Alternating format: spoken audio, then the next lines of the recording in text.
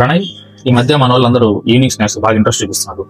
అది హెల్తీయా అన్హెల్తీయా దాని గురించి ఏమన్నా రేటింగ్ ఇస్తావా? ఓకే, ఎక్కువ ఏం తింటున్నారు? మధ్య మస్కా బన్ 5.